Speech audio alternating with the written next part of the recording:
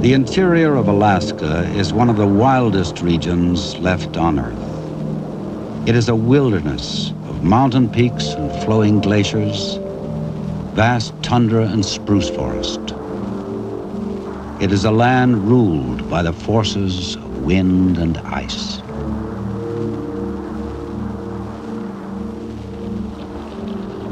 In the heart of the Alaska Range lies a national park, whose boundaries have been shaped by the creatures that embody this wilderness.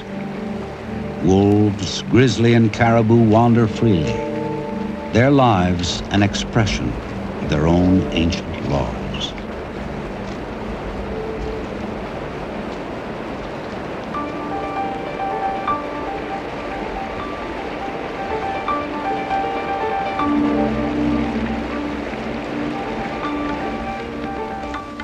Sunlight revives the slumbering pulse of life after 8 months of winter.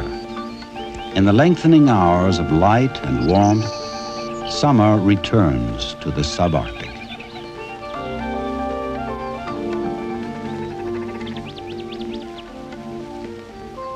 The young of the year were born when the first green plants began to emerge. Growth is intense, with less than 4 months to develop and prepare for yet another winter. This is the common law that guides all forms of life here. For the young of the Denali caribou herd, growth takes on a special urgency. Carried unborn from the herd's wintering grounds just a few weeks ago, they must already join the return migration. The calves must keep up with the others across high mountains and swift rivers, and outrun the predators they will encounter.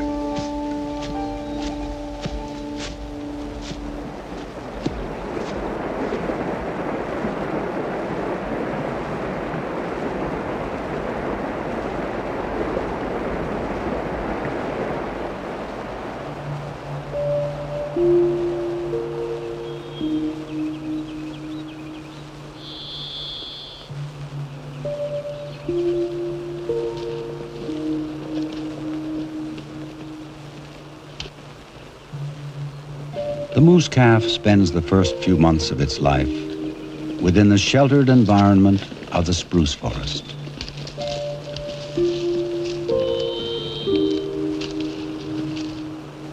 The moose cow will ferociously defend her young against any threat.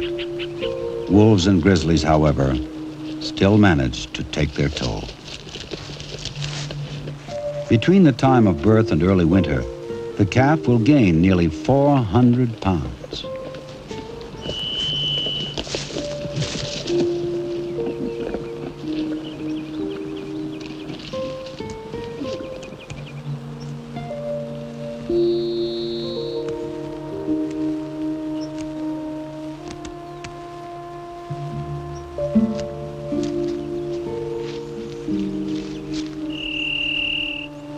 The habitat for most plant eaters of the subarctic has been narrowed to the range of the specific plants they thrive on. Predators tend to be wide-ranging in their search for food. In a land where prey is rarely abundant, the red fox may need to hunt in many habitats in order to feed its young. By autumn, the pups will be ready to venture out from the den and face the coming winter on their own.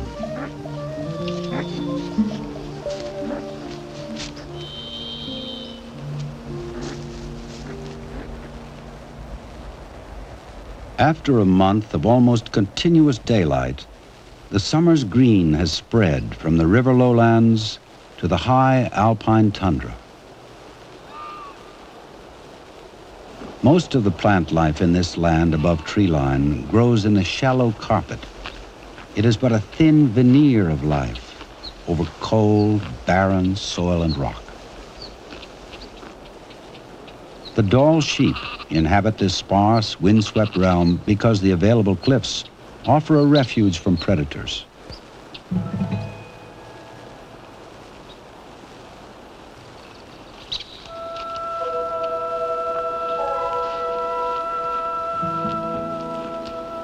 The ewes and their young remain separate from the rams during the summer in nursery groups.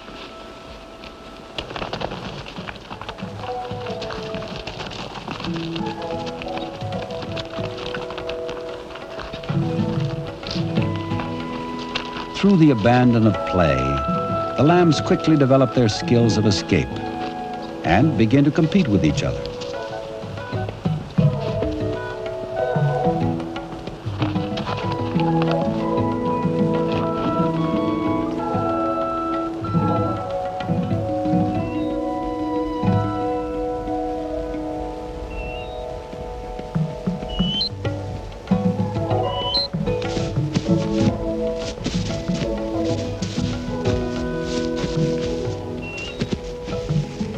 The grizzly spends much of its summer in the alpine tundra feeding on grasses, herbs, and an occasional ground squirrel.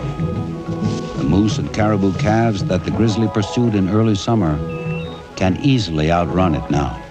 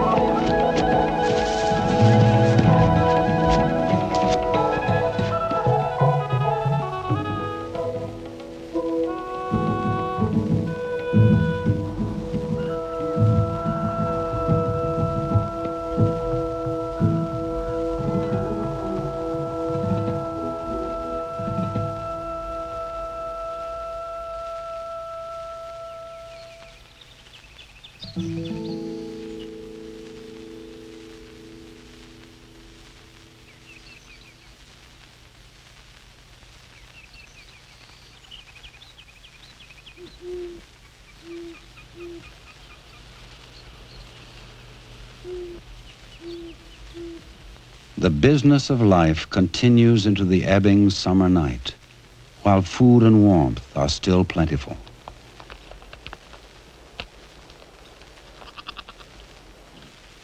Time, like the restless caribou herd, moves on.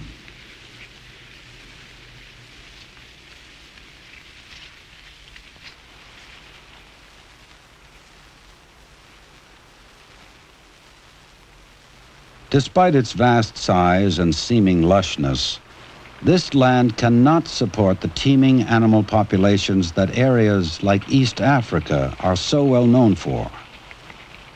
Concentrations of animals like the caribou must move over large expanses of tundra to find adequate food. The compelling drive behind the caribou's yearly migration, however, involves more than the search for food. Changing from season to season, year to year, the herd's movements are influenced by a myriad of forces.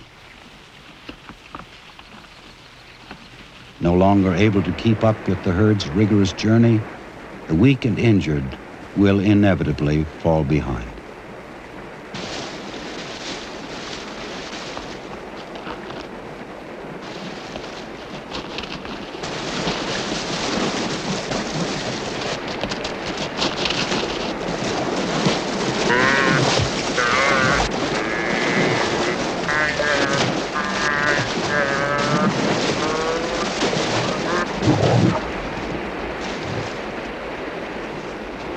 The relationship between a caribou and its predators is one that has worked for thousands of years. Man's presence in this wilderness park is a light touch of what could be a heavy hand. As long as this touch remains light, these natural relationships will continue.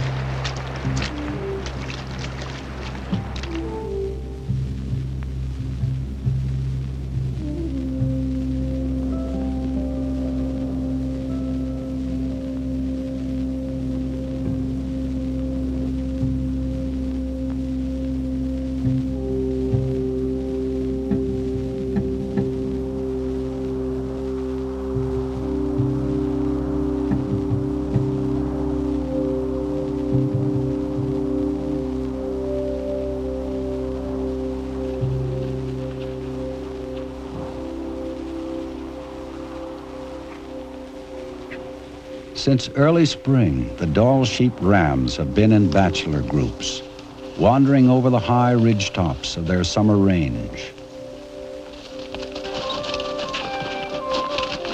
It is here that the young rams develop their skills of combat, and in the presence of older rams, learn their place in a dominance hierarchy based on the size of their elegant horns and the strength they possess in using them.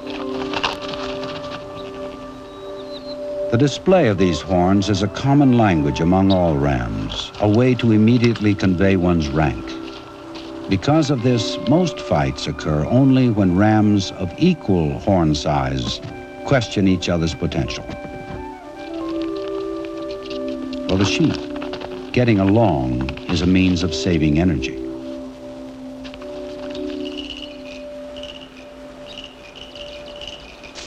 The pika spends its summer in the boulder fields of the sheep's habitat, collecting grasses and flowers into hay piles within the rocks. This is a full-time project and will provide the pika with a steady food supply beneath the winter snow. The marmot has just begun to collect grasses, but these will be used to line its den for hibernation. Though the landscape is still green, the marmot knows that winter is not far away.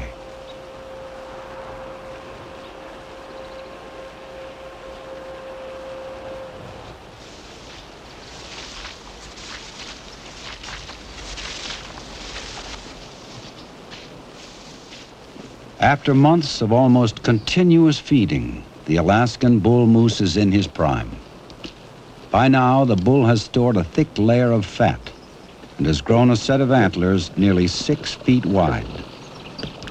During growth, these antlers are nourished by a mantle of velvet, a soft covering of skin and blood vessels.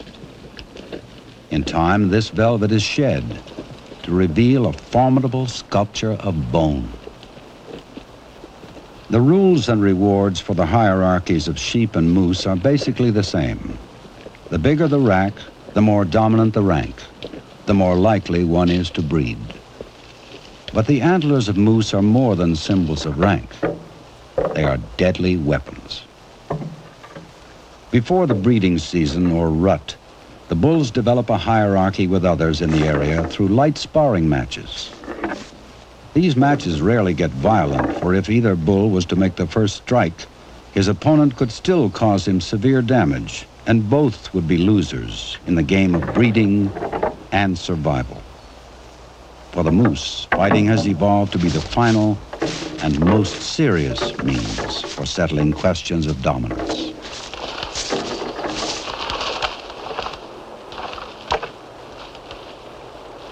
The days grow shorter, and the nights are crisp and dark.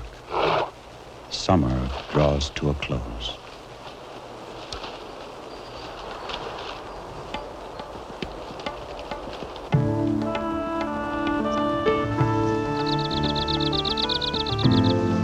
Autumn is the bright flame of a summer's energy, glowing for a moment of celebration before the approaching wind of winter.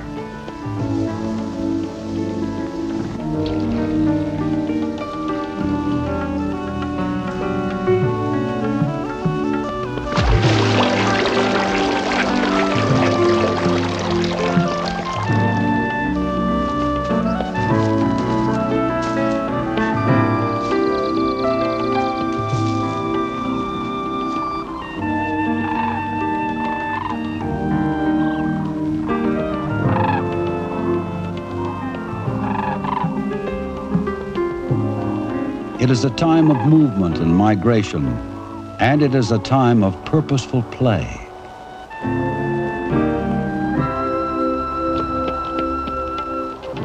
A young golden eagle will now test its skills of flight on anything that seems challenging.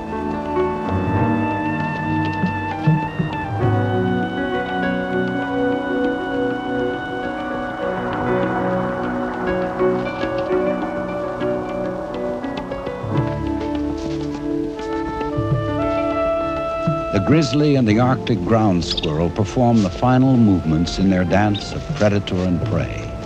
Soon, they will both be in the long sleep of winter.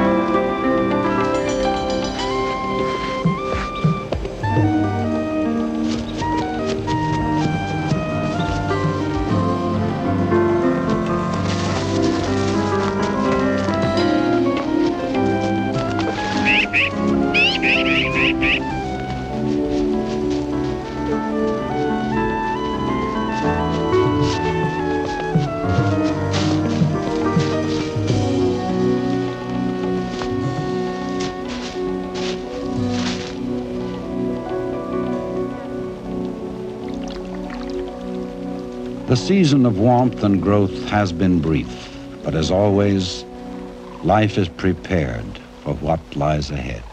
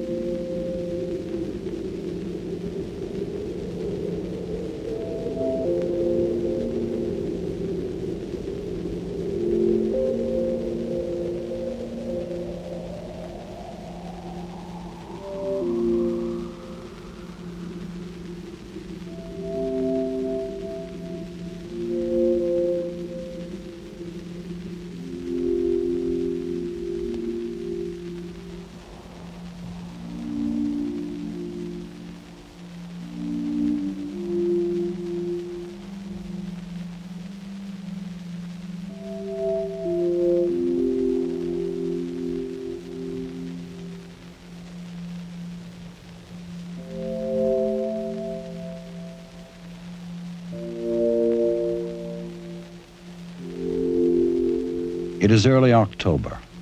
The Denali caribou herd pauses briefly from its incessant movement as the season for breeding unfolds. Food now lies beneath a deep blanket of snow, but the caribou's hooves are designed to easily reach it.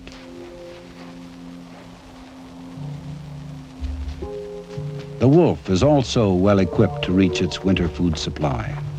Armed with keen senses and incredible endurance, it is a finely tuned hunter. In the company of other wolves, it is the supreme predator of the North. The pack is the central core of a wolf's life, and in winter becomes an essential means of capturing large, swift prey like the caribou.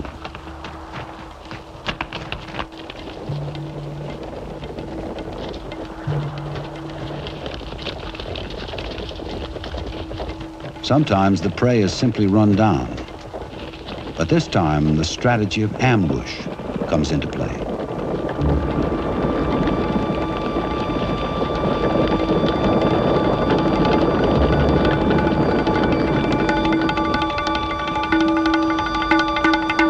The balance between escape and death is a dynamic one, and more times than not, the caribou will escape. Soon the herd will migrate outside of this pack's territory, and the wolves will shift their attention to other prey. Predation is a sculpting tool in evolution's continuing art of adaptation. Both the snowshoe hare and the willow ptarmigan lose their summer color to remain hidden from the winter creatures that hunt them.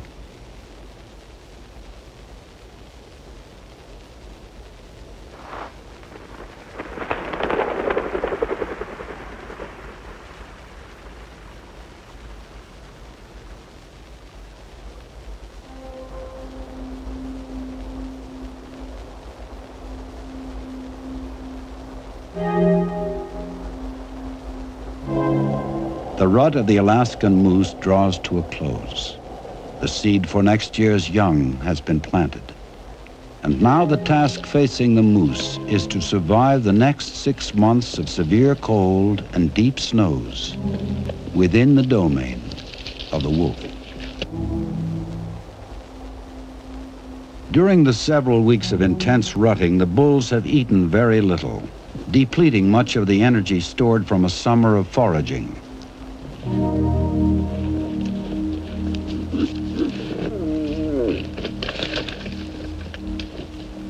Some have been killed or injured in battles to gain or defend harems.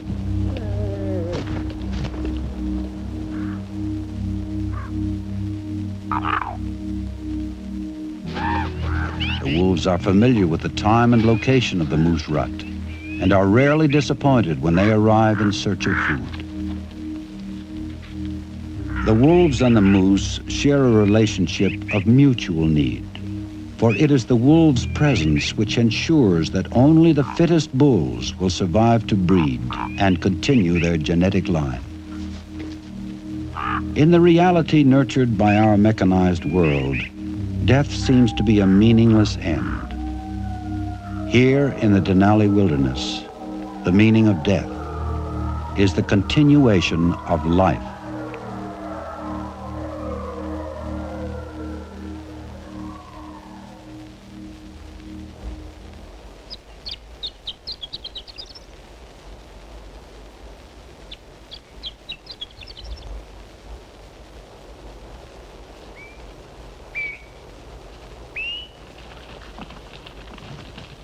The Denali caribou herd makes the final thrust of the journey to their wintering grounds.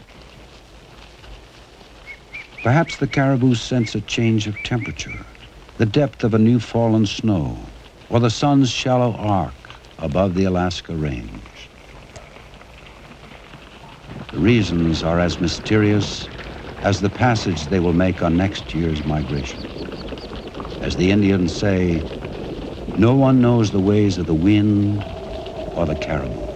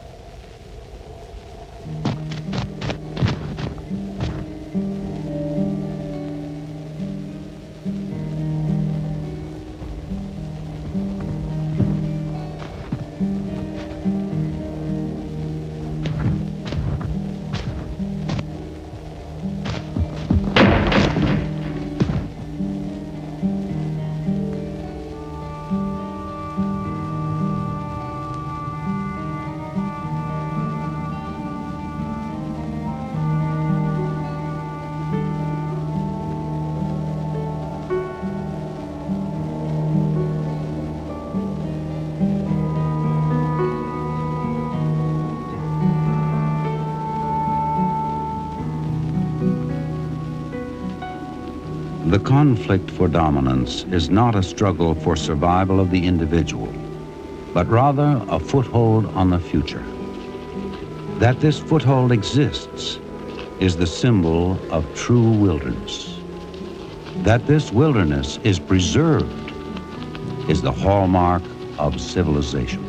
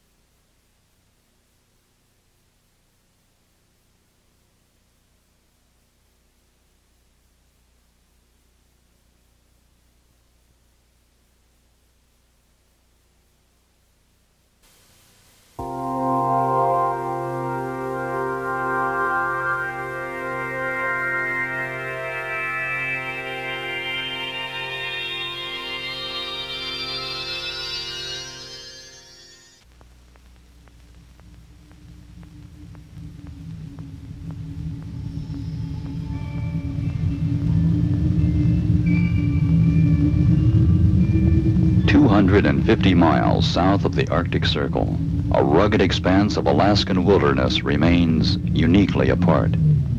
Mount McKinley National Park.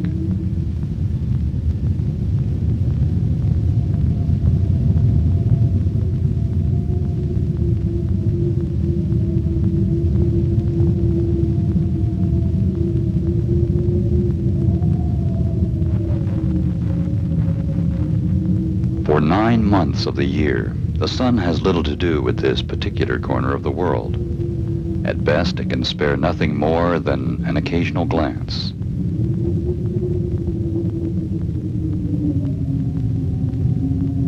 And so the land, though full of life, appears dormant, hard, brittle, and white.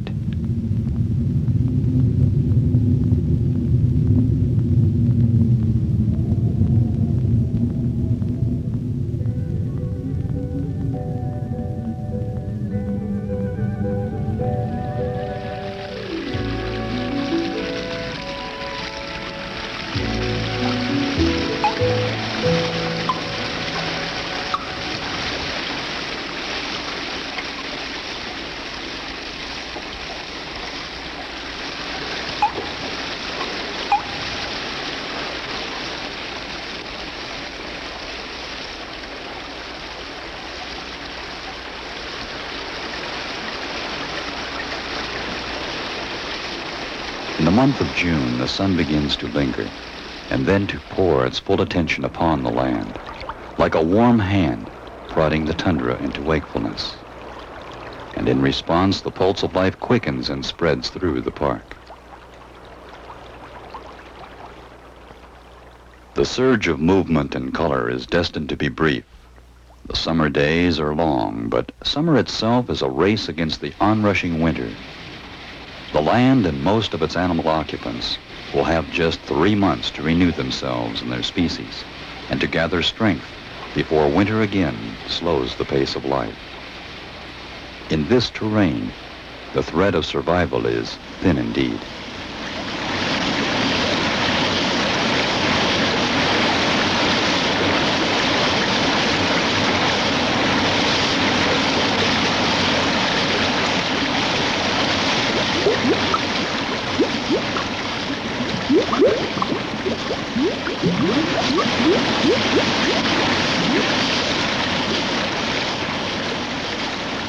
With only bare minimums of the warmth and moisture which make life possible, the processes of survival are too spare to endure complications. Here they have been reduced to their most fundamental level. The plants provide food for some animals. Many of the plant-eating animals will become food for predators, and the predators themselves will ultimately nourish the soil and the plants. That is the simple formula for life in this corner of our world. It varies only with the happenstance of the seasons and with the strength and fortunes of the animals in their ceaseless quest for food.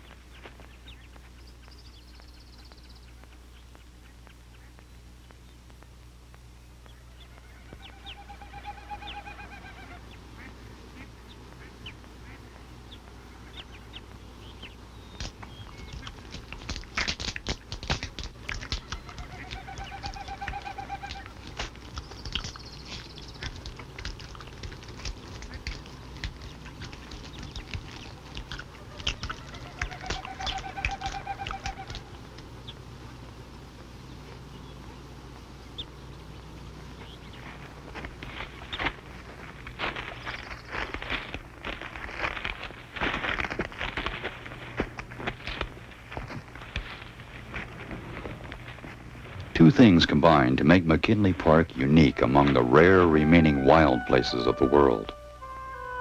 The first is the naked simplicity of its terrain and its life patterns. So freely does the eye travel from tundra to mountain peak to sky that one prolonged glance will cover the distance from creation to death.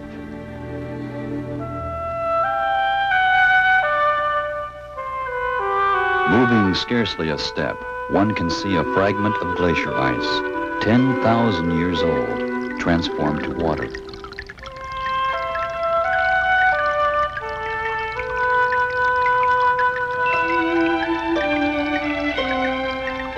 Witness the water seeping life into the roots of a willow. Observe a moose devouring the willow, and watch a grizzly bear add the moose flesh to his own.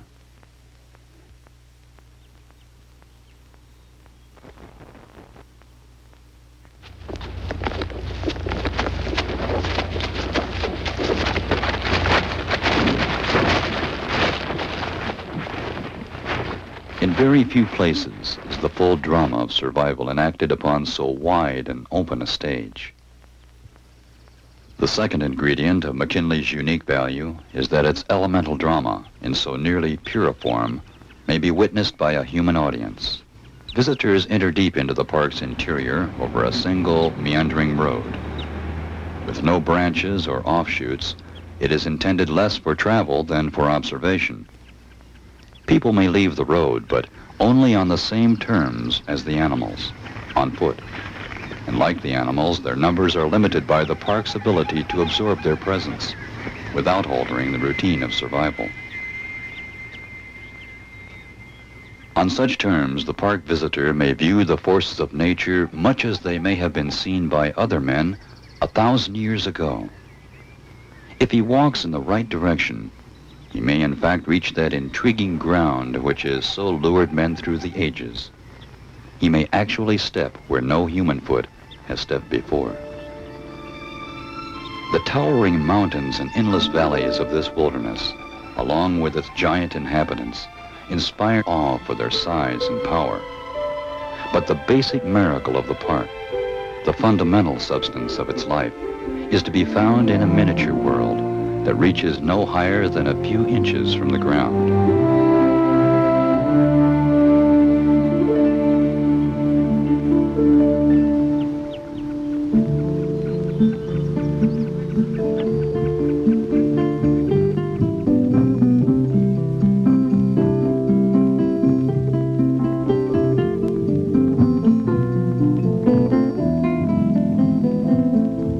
This is the breadbasket of McKinley Park. The stunted plants and shrubs which feed many birds and animals. And the miracle is this. Frozen in their growth for most of the year, with but a few precious weeks to absorb the life-giving rays of the sun, allotted but sparse amounts of moisture, and unprotected from howling winter winds which tear at their shallow roots, over 400 species of flowering plants are maintaining their livelihood.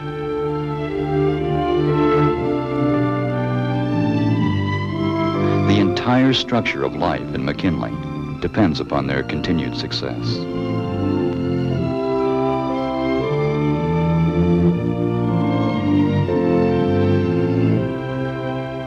To make the miracle possible, nature has provided this tiny world with a special climate of its own. The tundra serves as its own blanket of insulation, retaining enough of the sun's warmth to raise temperatures within the vegetation 20 to 30 degrees higher than they are a few inches above. And so the harsh battle for survival hangs not on the giants, but the dwarfs, the plants which hug the earth, absorbing its heat and evading the clutch of wrenching winds.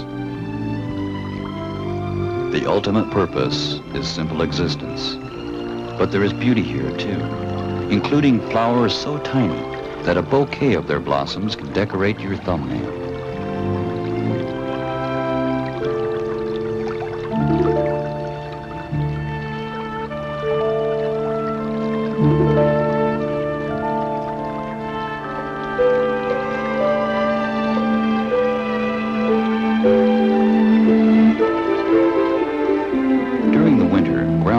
mammals hibernate in the tundra, but lemmings and other rodents continue to scurry about their business under the crusty roof of snow.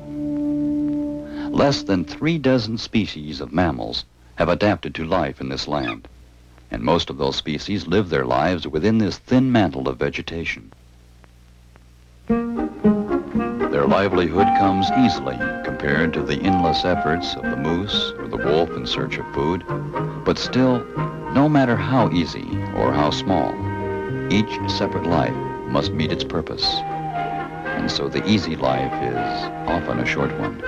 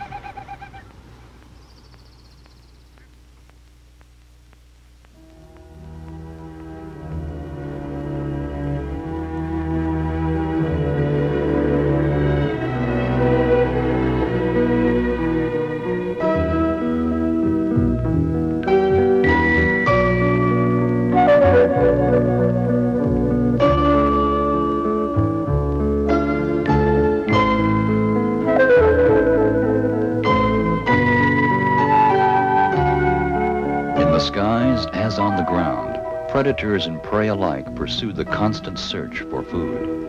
The birds of prey and the berry eaters live their lives to the same end as the grizzly and the squirrel.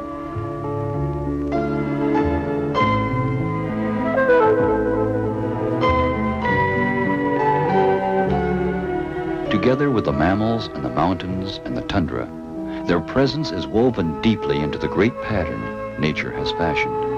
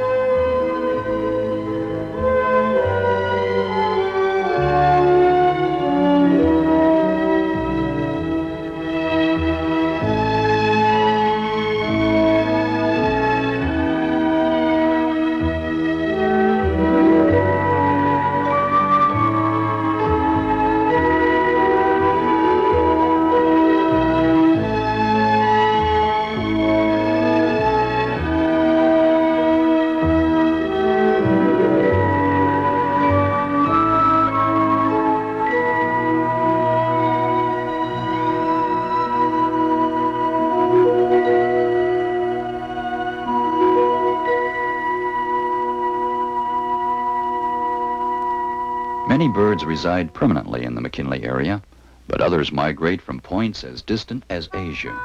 giving this self-sufficient wilderness its few ties to the world outside.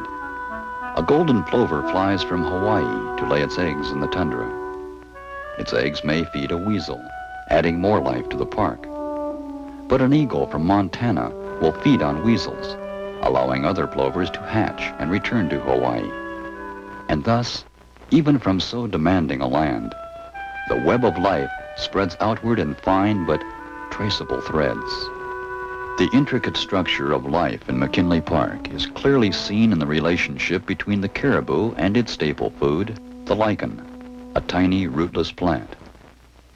The lichen is superbly adapted to the demands of the Arctic, able to lie dormant through the longest and most frigid winters. Then, with the first touch of warmth and moisture, it begins to grow again. But its growth is glacially slow.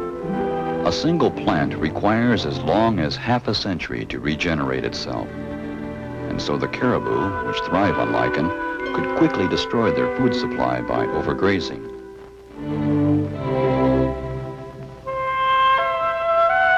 But with that brute instinct, so akin to true wisdom, the caribou never pause long enough to deplete McKinley's store of plant growth. They travel ceaselessly, eating on the move, simply passing through the park as they range over vast areas of the Alaskan interior.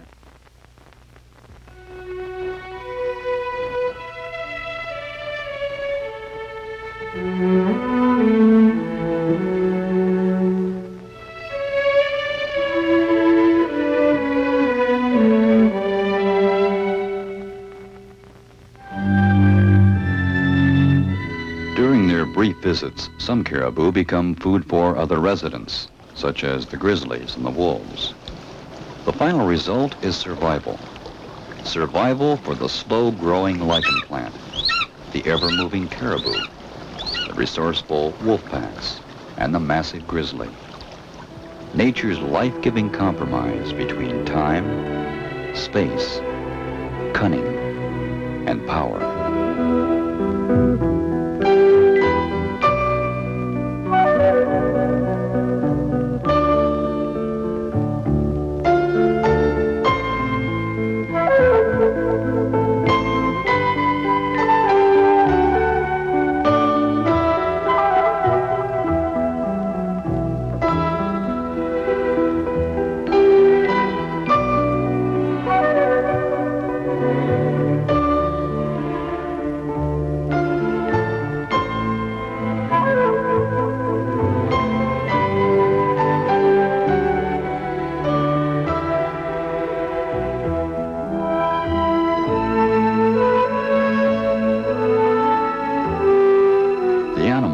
Intent upon feeding themselves and reproducing their species are not always visible to human onlookers. Their movements are guided only by an instinct to live.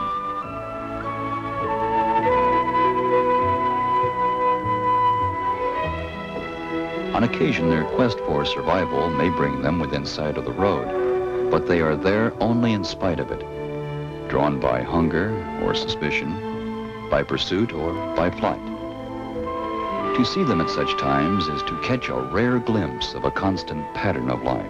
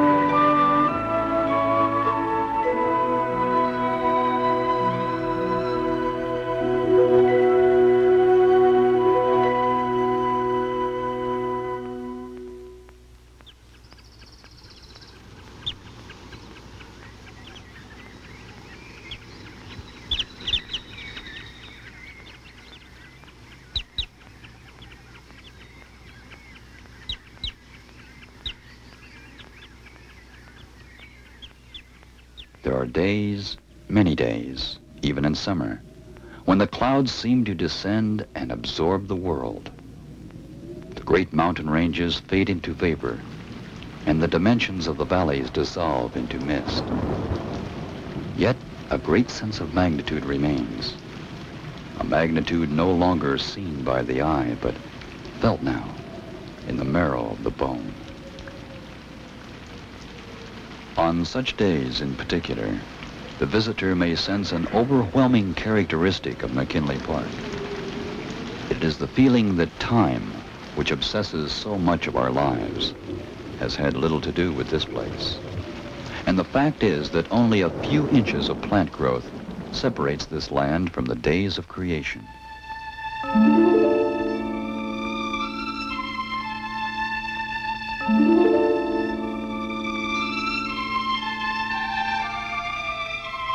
Crushing forces within the earth created these awesome mountains. The valleys were formed by the immense grinding weight of the Ice Age.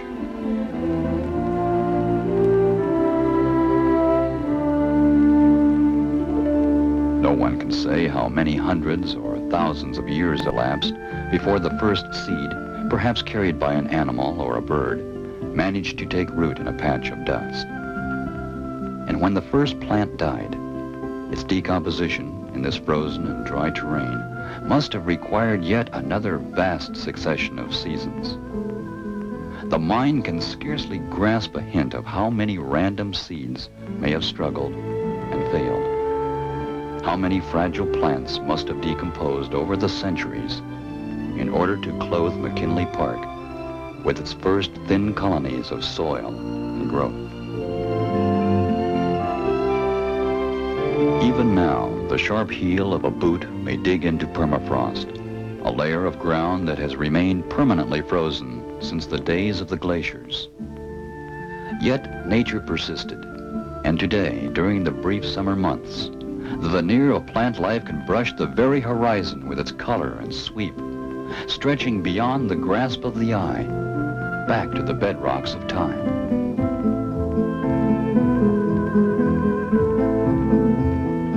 Therein lies the great lesson to be gained from Mount McKinley National Park. If man will remain content here to watch and to listen, managing his own presence without trying to manage nature, he may find some assurance for his most bothersome doubt. He may learn that when nature is permitted to have her own way, life is inevitable.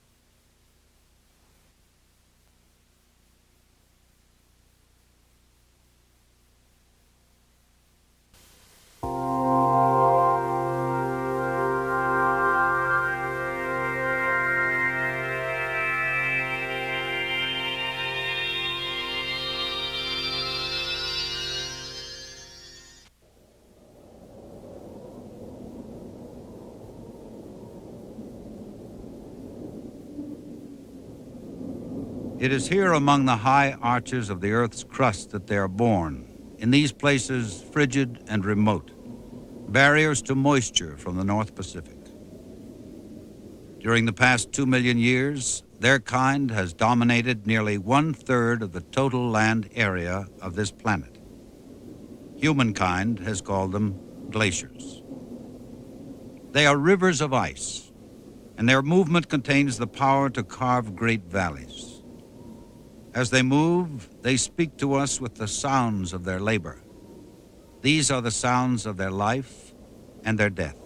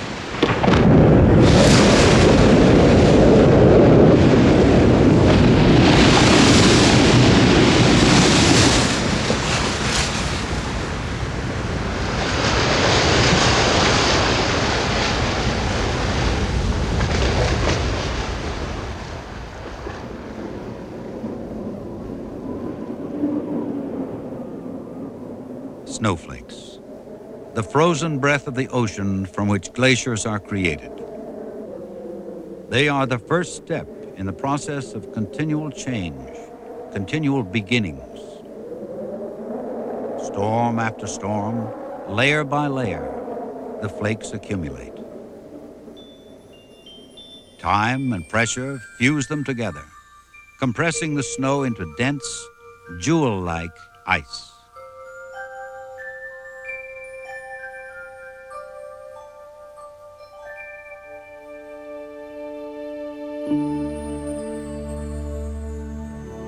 Under the increasing weight of each new snow, the ice moves down slope, like a river, forming a flowing sheet hundreds or even thousands of feet thick.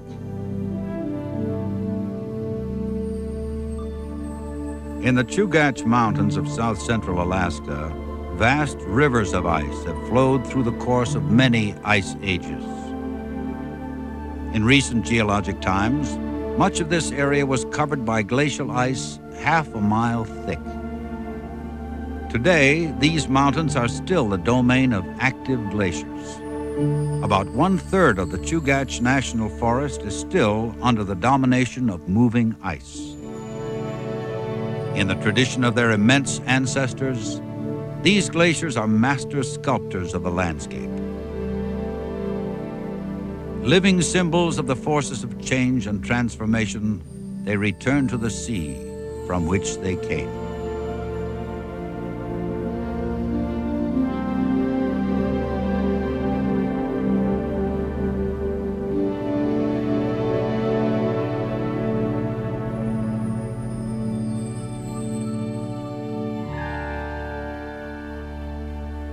At the end of a glacier, ice breaks off and melts. This may happen faster than the glacier's movement as it flows down the valley. The glacier gets smaller. Because glaciers are slowly shrinking throughout the northern hemisphere, they tell us of a warming trend in the Earth's atmosphere, which can be detected in no other way.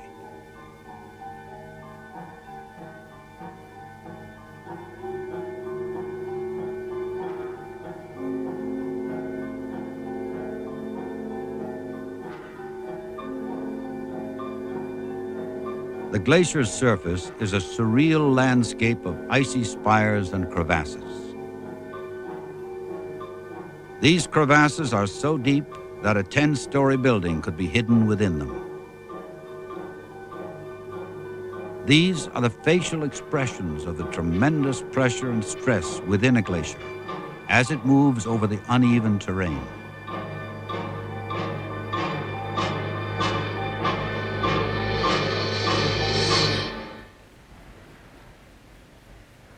The movement of a glacier is imperceptible to our normal vision. Feet per day is the normal speed of travel. Near the glacier, its monstrous weight can be heard grinding across the land. These are the sounds of a battle between rock and ice, the voices of a struggle nearly as ancient as the earth itself. The exposed bedrock over which the glacier once passed gives mute evidence of the power of the moving ice. As the glacier transforms the land beneath it, the ice itself is eroding away on the front of the glacier, yielding to the force of sunlight and warmer temperatures.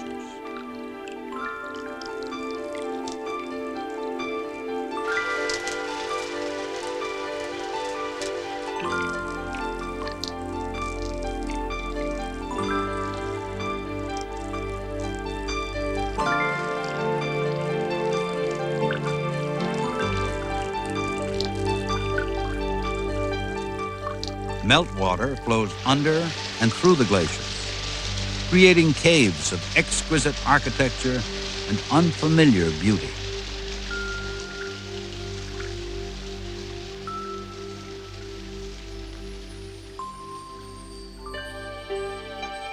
As the sun sets, one of the most uniquely adapted forms of life in this cold environment slowly prepares to make an appearance. Although most plants and animals depend on the retreat of glaciers to make habitat available to them, there is one creature whose life unfolds on the snow itself. The ice worm is a creature of such myth and mystery that many people do not believe in its existence. They live between snow crystals near the surface of the glacier, emerging to the open air to feed on pollen carried by the wind. It is known that they are related to earthworms, but many details of their existence remain a mystery. The landscape unveiled by the retreat of a glacier is nearly as harsh as the ice itself. It will take only a few years for the first plants to inhabit this wasteland of barren rock. Their existence creates a thin veneer of soil, a carpet of nourishment, in which other plants soon flourish.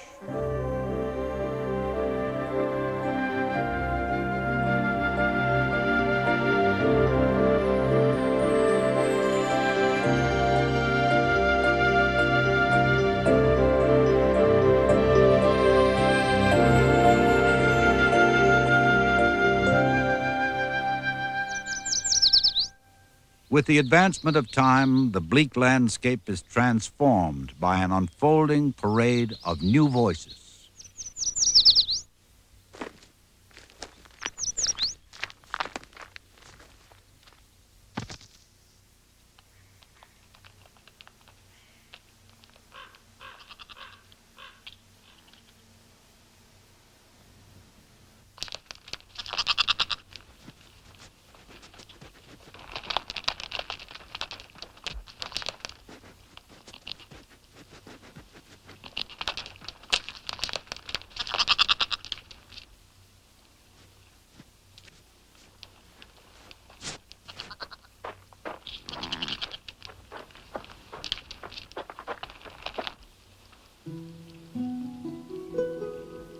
Created by the melting of snow and glaciers, life flooded into the marsh, cradle and nursery for a myriad of species.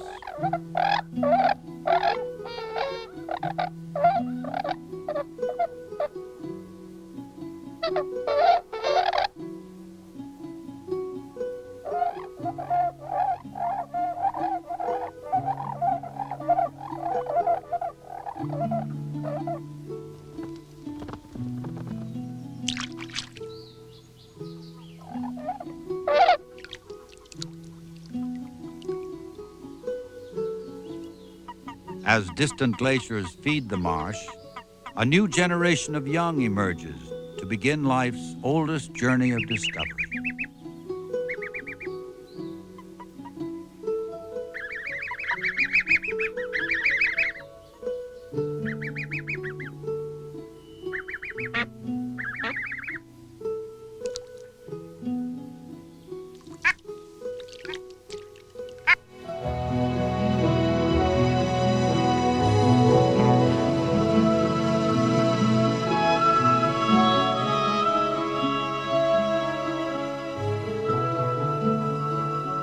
Green forests invaded the valleys left by the retreating glaciers.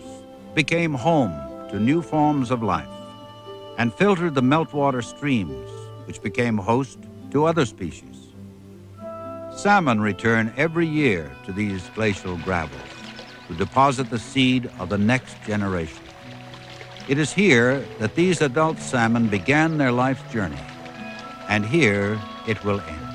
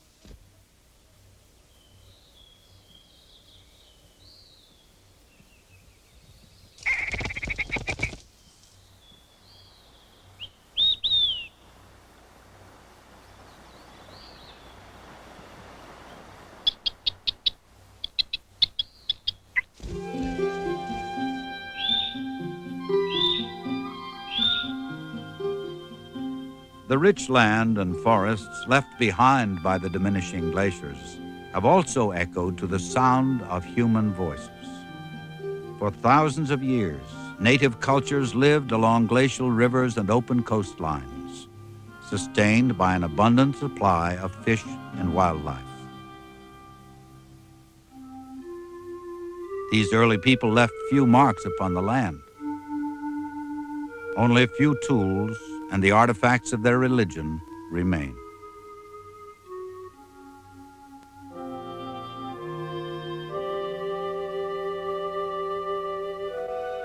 The depression where they built a house 6,000 years ago is almost obscured by the encroaching forest. By the middle of the 18th century, Russians appeared along the coast in search of a wealth of furs.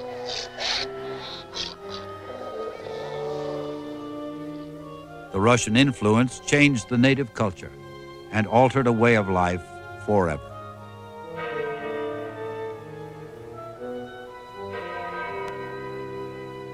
Prospectors followed the creeks and canyons which were left behind by the retreating glaciers, looking for quick wealth, easy riches. Sometimes they found it, but often the wealth they left behind in their machinery and labor was greater than the gold they found. The relics of their labor reached into the remotest parts of the landscape, supported by the forest as they went. Tales of endless wealth gave way to disappointment for most, and the land was abandoned, along with their claims and their dreams. After the turn of the century, men returned to expand their search for valuable metals with the more sophisticated technology of steam locomotives. They bravely pushed through an inhospitable environment and built monuments to their energy and daring.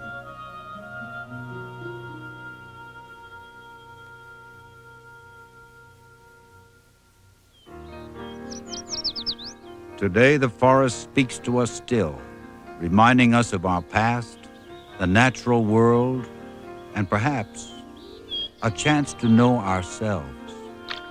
A place for some of us to satisfy a deeply felt need for wildness. The forest continues to sustain a multitude of human needs, providing wood, paper, and fuel. These streams still issue their secret call to the salmon, a call we cannot hear. But their return to these forest streams each year provides a living for many Alaskans. And even today, miners still search the forest for precious minerals, scoured from the earth by the work of ancient glaciers.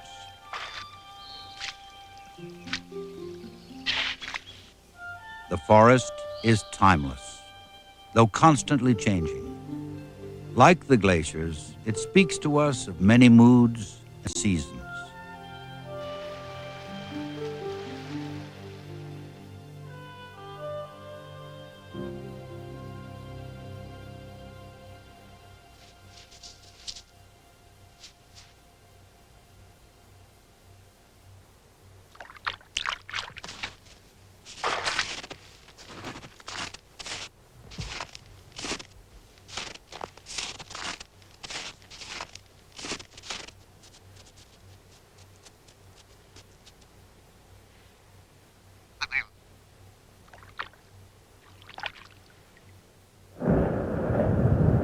The voices of the glaciers are greatly diminished now. Because the Earth is in a warming period, many glaciers are melting faster than they are expanding.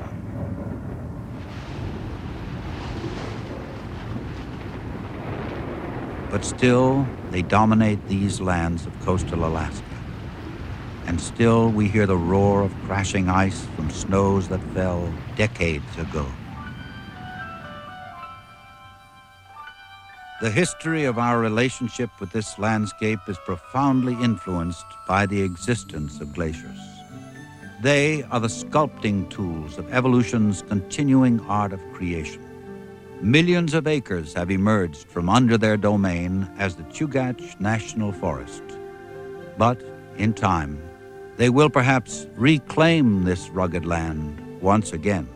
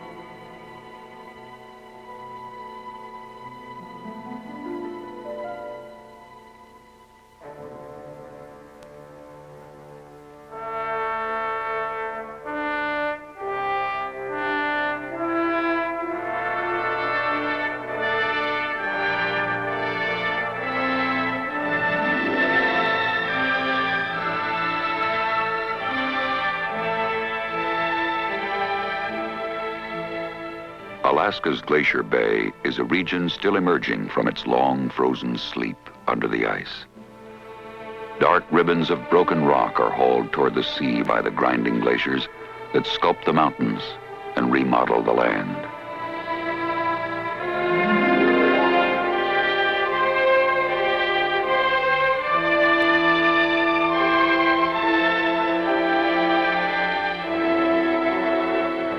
The glaciers bulldoze down the valleys with the harsh weight of 1,000 winters. In the glacier's path, nearly all that existed of life, of plants or animals or man, is swept away.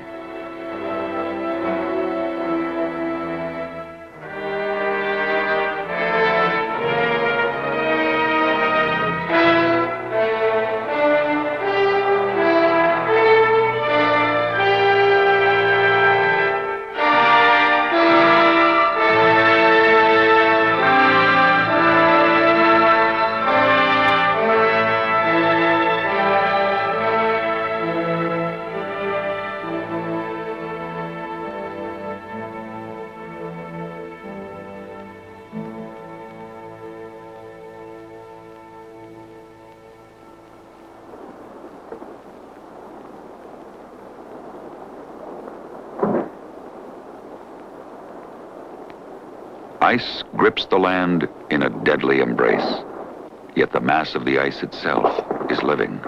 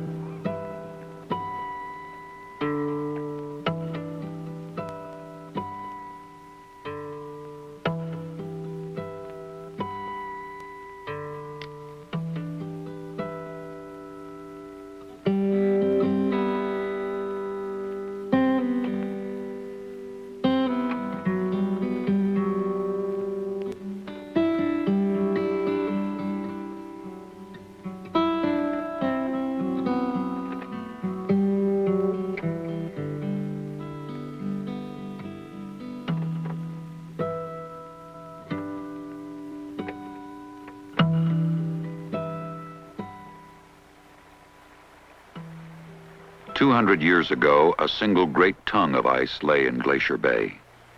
We are still in the midst of an ice age that has seen 4 major periods of glacial advance and 4 retreats. The pullback of the ice continues today.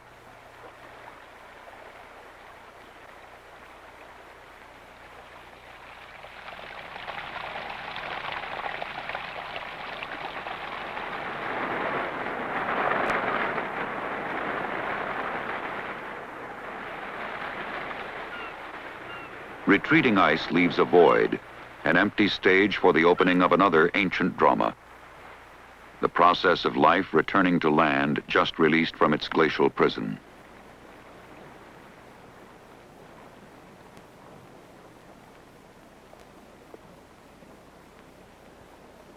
Even as the ice melts, giving up the barren earth, nature's grand design for the land's renewal is waiting.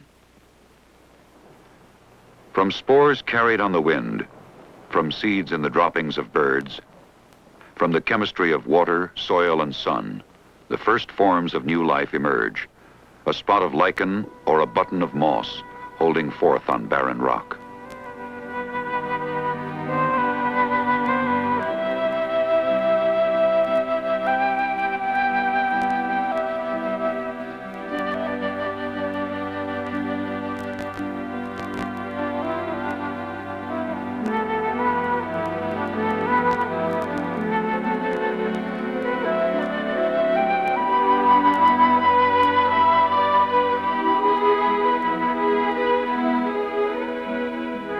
Then the pioneer mountain avens lay down a fertile blanket for the roots of alder, willow, and cottonwood.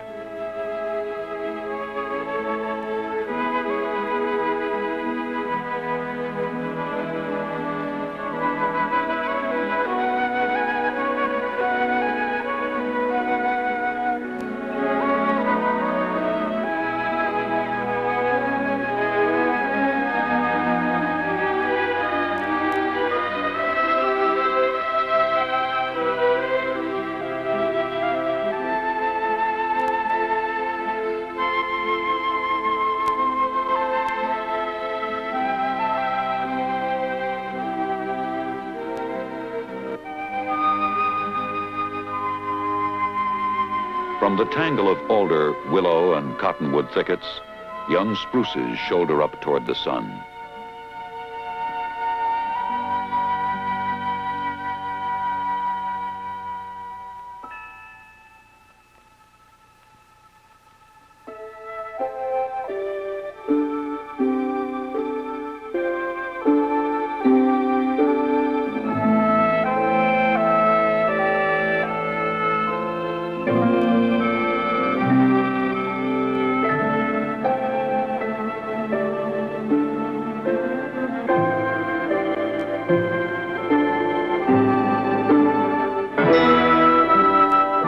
In the final realization of climax forest, hemlock giants rise above the spruce.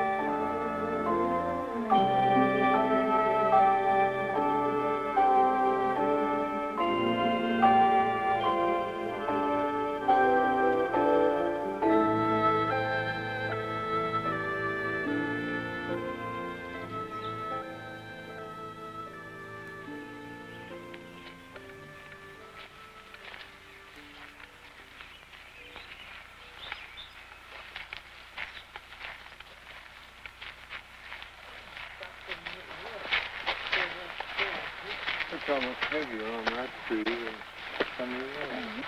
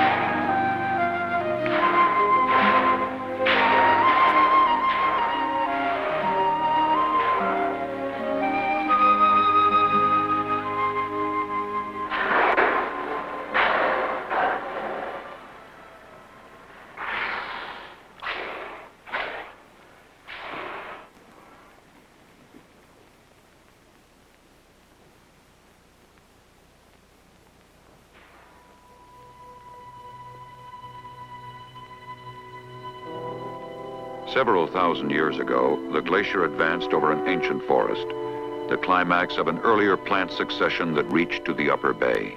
Sand and gravel drifted around the bases of some of the trees before the ice moved over them. As the ice began to recede at the mouth of the bay 200 years ago, the stumps of the old trees were uncovered.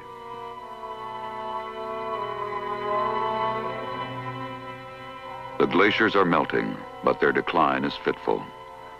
One finger of the ice may grind forward as another shrinks. A glacier retreating this year may lunge ahead next, only to fall back at some future time. A change of 2 or 3 degrees in the region's temperature could bring the ice thundering again to the sea.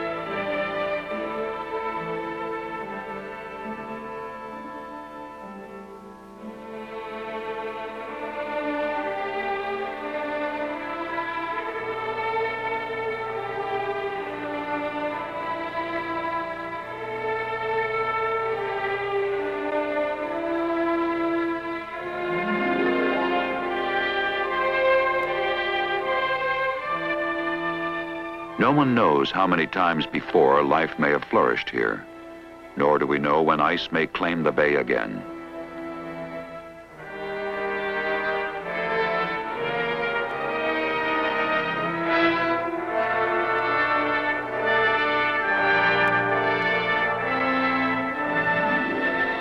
Glacier Bay is a theater of primal dramas and a reassurance of the continuing triumph of life on the Earth.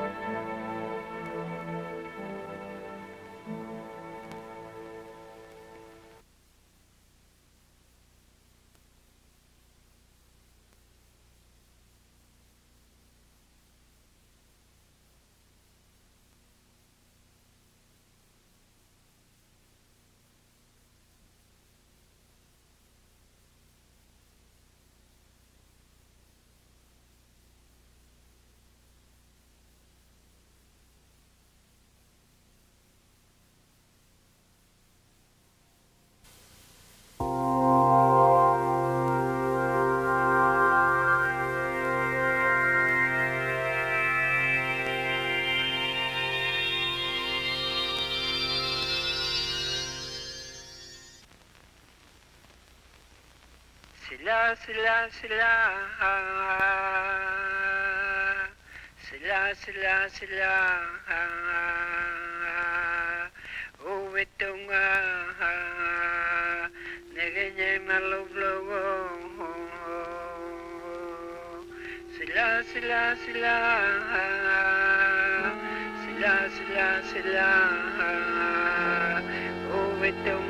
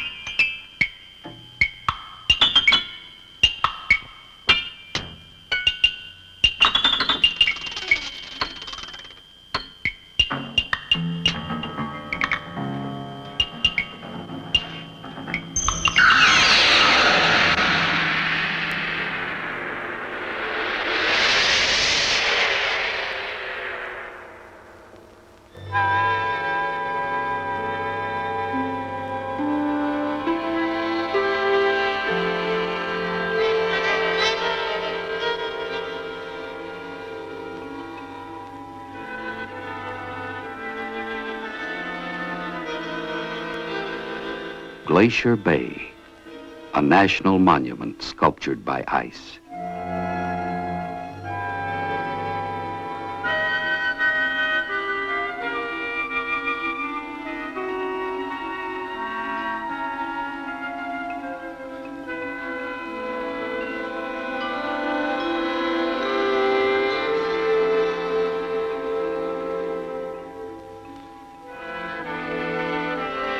Mountains catch the storms.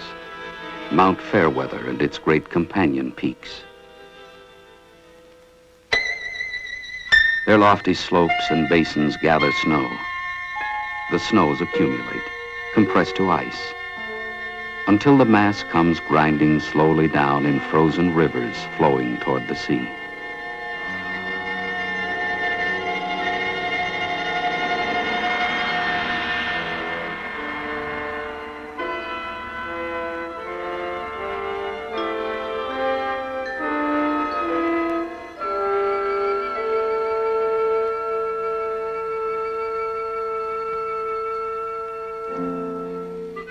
Two centuries ago, ice crammed the bay. As weathers changed, the snows did not suffice to feed the glaciers. They melted back, and a new landscape forms before our eyes.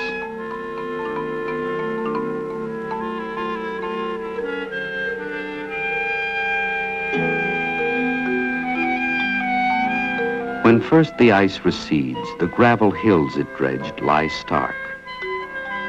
The rock it carved is scoured.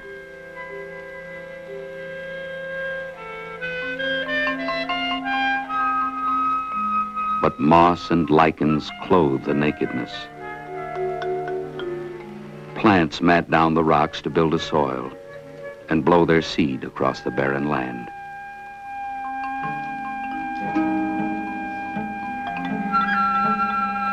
Dwarf trees grip the stones.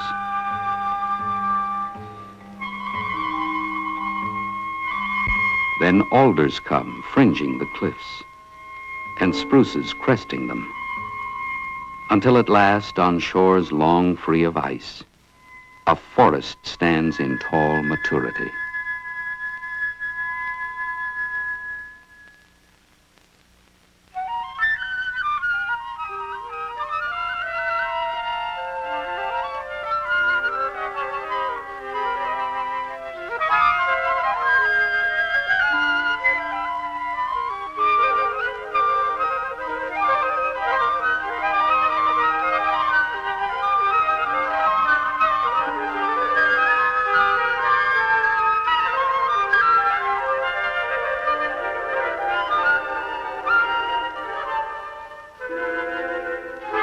As Glacier Bay evolves, its creatures thrive amid a cold austerity of ice.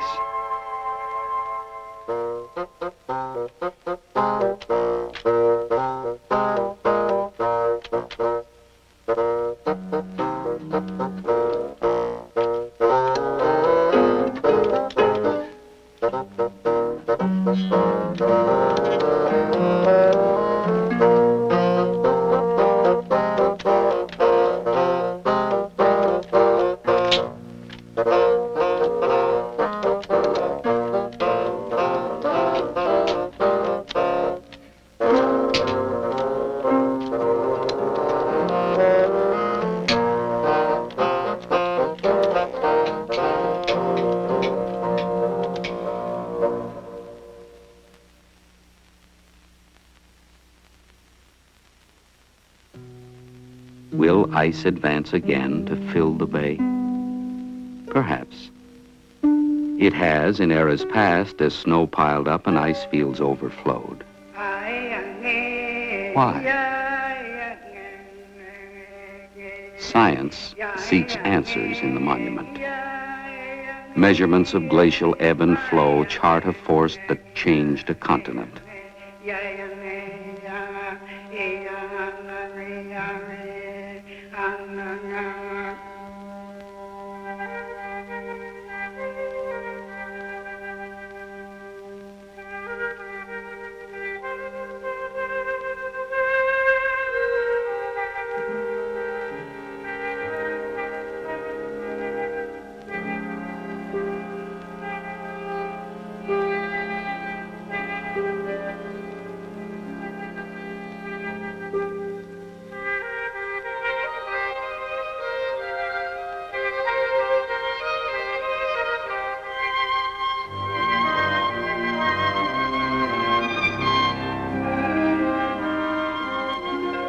laboratory, landscape, place for awe.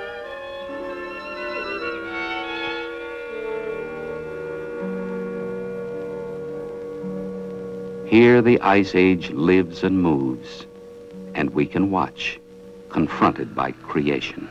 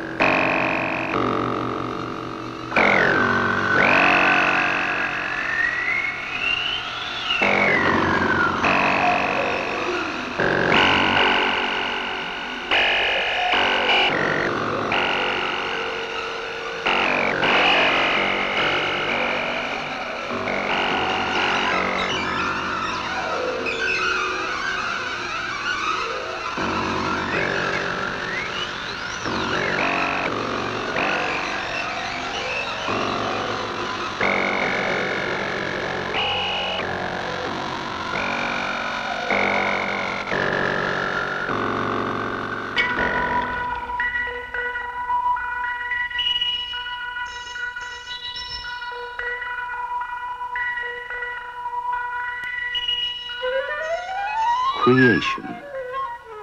Volcanoes smoldering in Katmai National Monument attest a devastating yet creative force, still oozing lava down the mountainsides. Here in 1912, the Earth blew forth some 7 cubic miles of rock and ash in one of history's great eruptions. From craters plugged with lava now, a tide of incandescent ash welled out and swept down a long valley in a searing flood. Still steaming when discovered, it was called the Valley of 10,000 Smokes. Now cooled, the deep-filled valley lies desert and still as rivers cut their courses down anew. Above the valley, once Mount Katmai raised a lofty summit. Only a shell remains. The peak collapsed amid the Holocaust. A warm lake 2 miles wide now fills the void.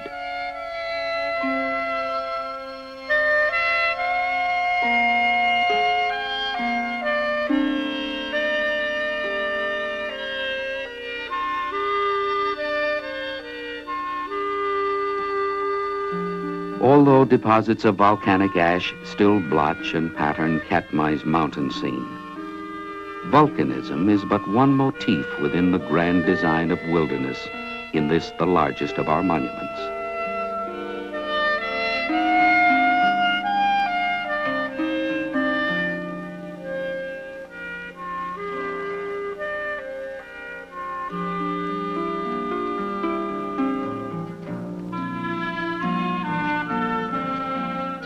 The wild design has great variety along 200 miles of ocean coast.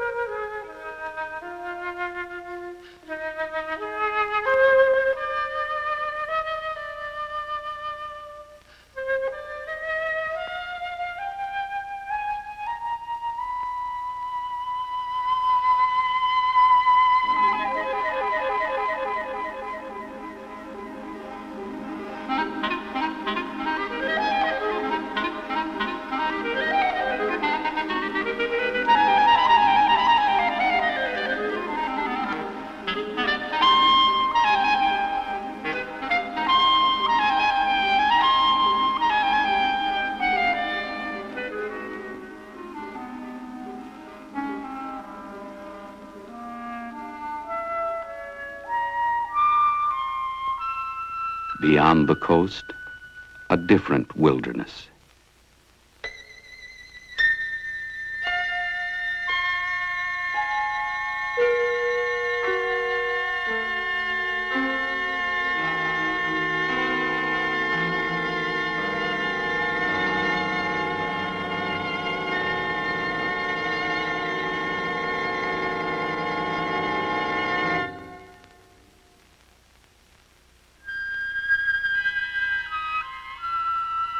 Another crater lake, mysterious, remote.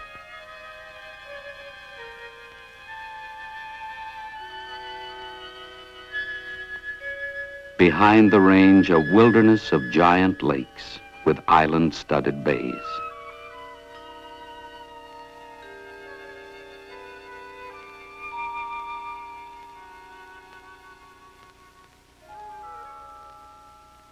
Life flourishes throughout this wilderness. The rivers leap with it when salmon run.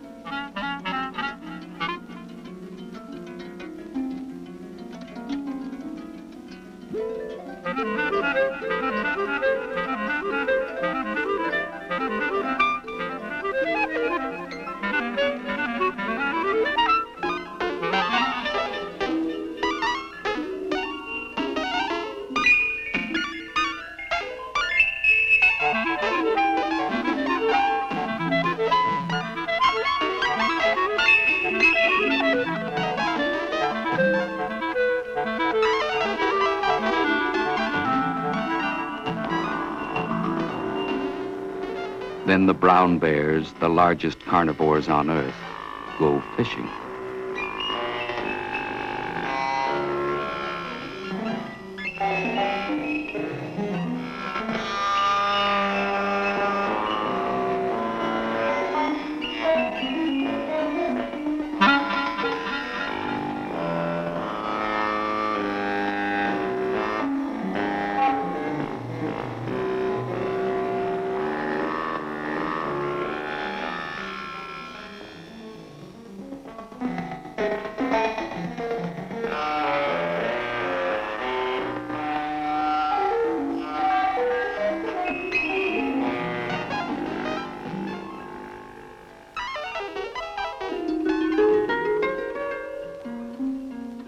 Man as well can come to angle here for recreation and find wild places for adventuring.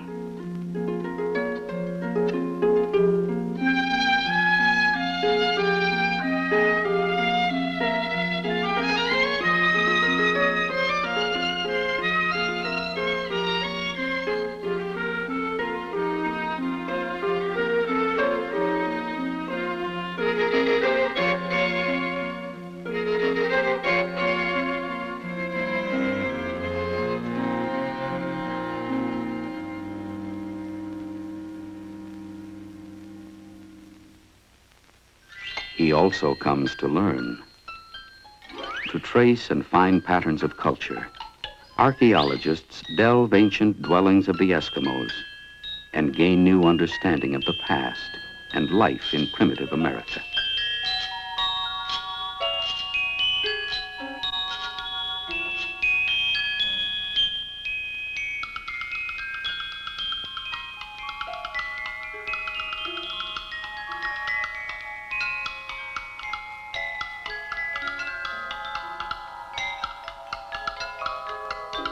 Man studies, and the wilderness looks on.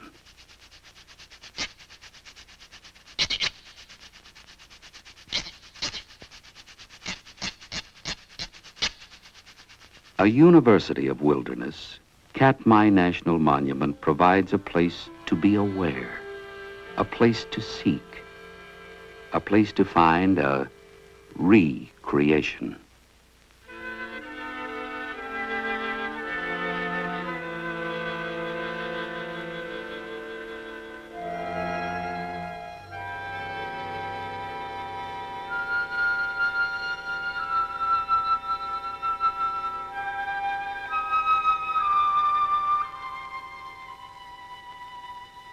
Creation, life. The stark Alaska Range guards it in Mount McKinley National Park.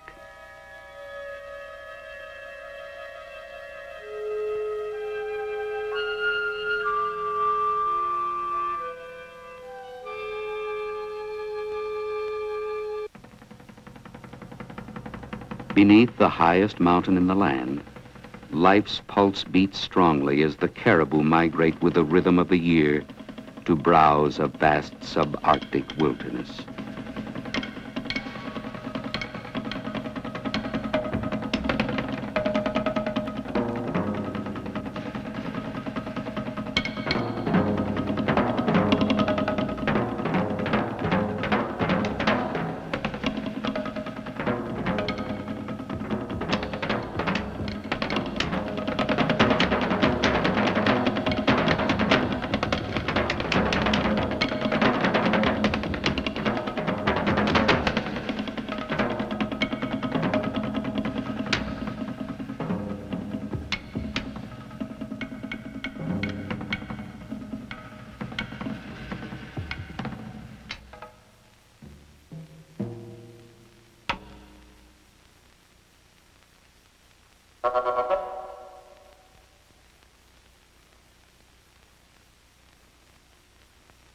Above, on ledges, the Dall mountain sheep rest watchfully or climb the slopes to graze.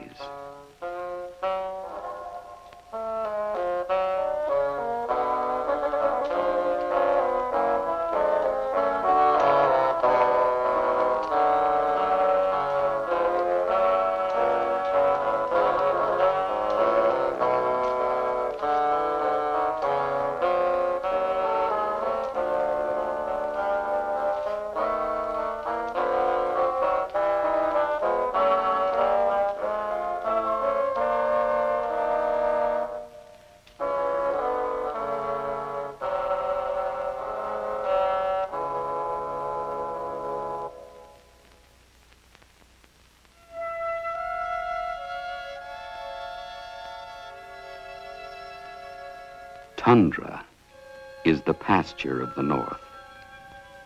Beyond the trees, it seems an empty land, but it provides a home for many lives.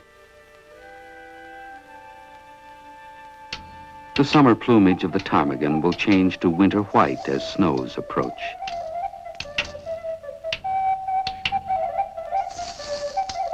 The busy marmots will retire to sleep within their rocky burrows till the spring.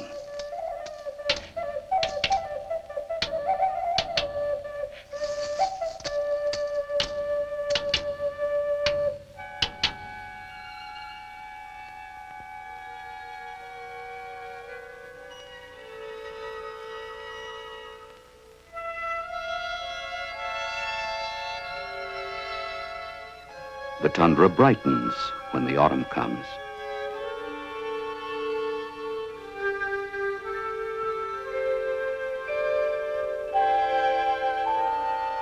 The berries ripen and the grizzlies feast.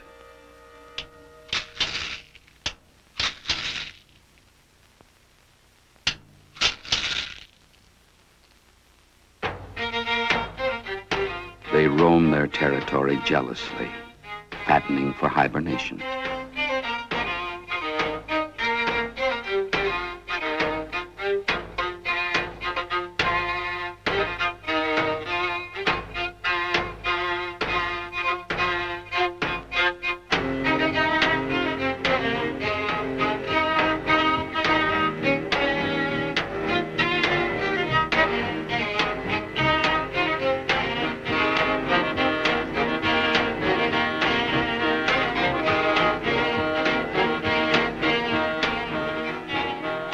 In willow thickets, moose feed warily.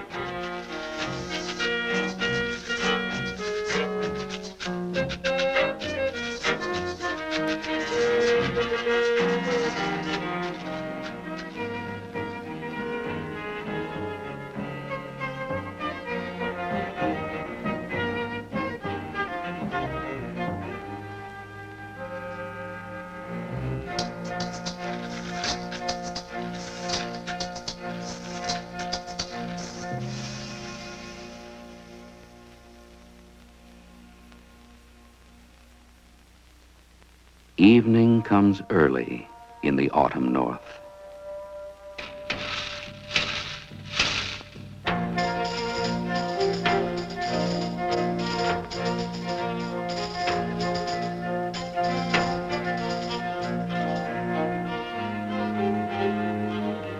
Moose wade in the tundra ponds to browse the summer growth of water plants and roots, and beaver gather in their winter food.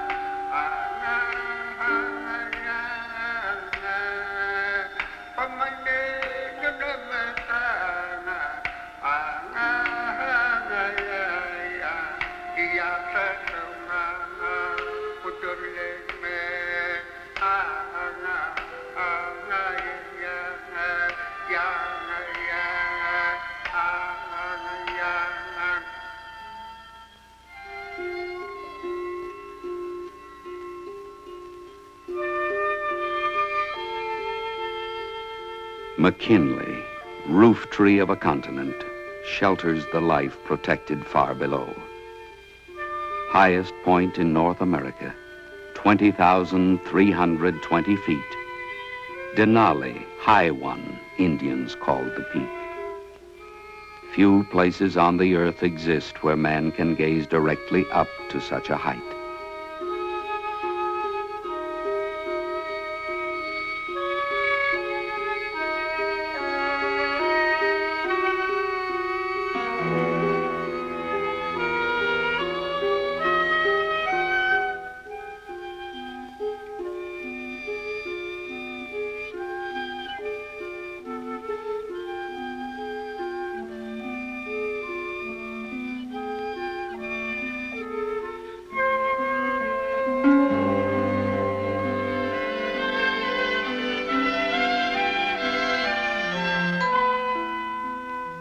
And man finds other exaltation here, feeling anew the winds of wilderness, stretching, testing limbs and lifting eyes, reaching, climbing for a farther view.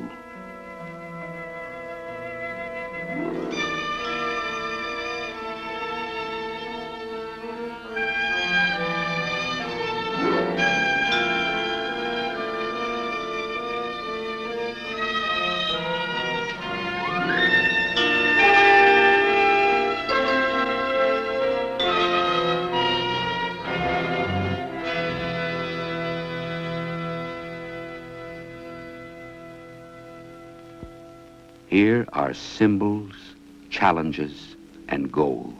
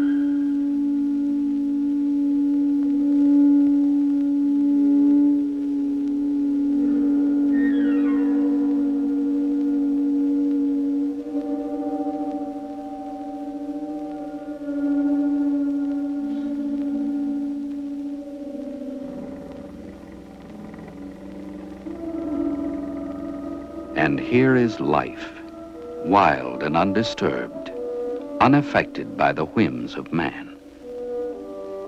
Observe and study it, and we can gain insight to the nature that controls this life community we call the earth.